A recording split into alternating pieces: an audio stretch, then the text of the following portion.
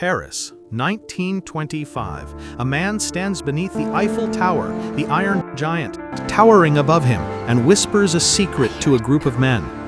It's for sale. Not a ticket, not a souvenir shop, the entire Eiffel Tower.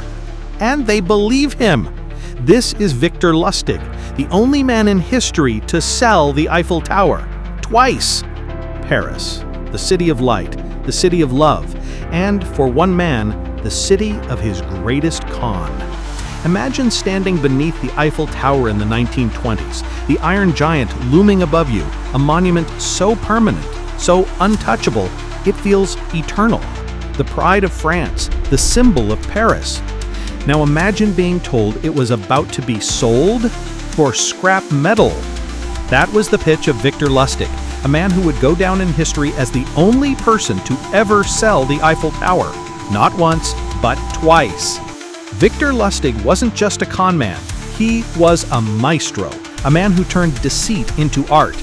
Born in Austria-Hungary, drifting through Europe after World War I, he carried with him charm, fluency in multiple languages, and an uncanny ability to read people. He understood something most of us never will, that the easiest thing to steal is not money, it's trust. In 1925, Paris was buzzing with gossip. The Eiffel Tower, a marvel when it was unveiled at the 1889 World's Fair, was beginning to rust, its upkeep an expensive burden.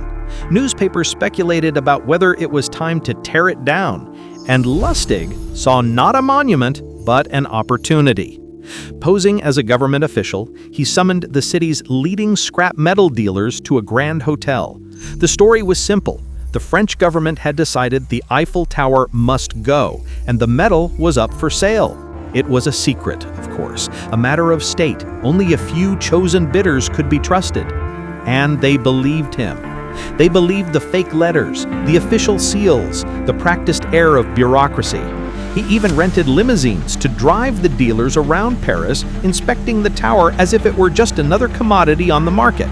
Among them was a man named André Poisson, a scrap dealer desperate to prove himself, hungry for recognition in a cutthroat business. Lustig read his ambition instantly. He leaned close, whispered about corruption, hinted that officials would need bribes to make the deal smooth, and Poisson, terrified of losing his chance, paid. He handed over a fortune to buy the Eiffel Tower.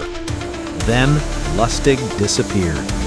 When Poisson realized the truth, his shame was so deep he never reported it to police. And that silence gave Lustig freedom.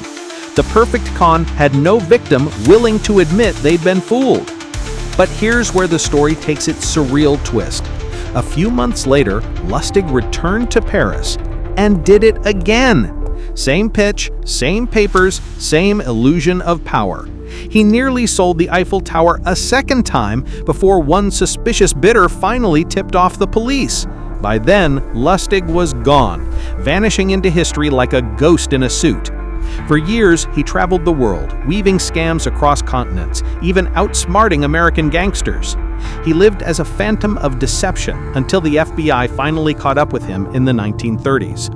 But the Eiffel Tower remains his masterpiece, not just because he sold it, but because he understood something profound about human nature, that we all want to believe, in opportunity, in secrets, in the idea that we might be chosen for something others aren't. Victor Lustig wasn't selling metal. He was selling dreams and exploiting the fragile line between ambition and greed.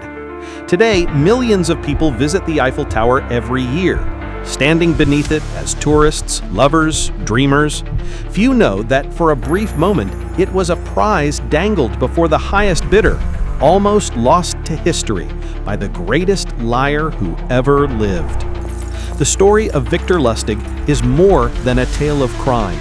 It's a reminder that sometimes the most dangerous thieves are not the ones who take from our pockets, but the ones who steal our confidence, our dignity, and our belief in what's real. Because in the end, the Eiffel Tower still stands, but the shame of those who thought they bought it, that can never be rebuilt.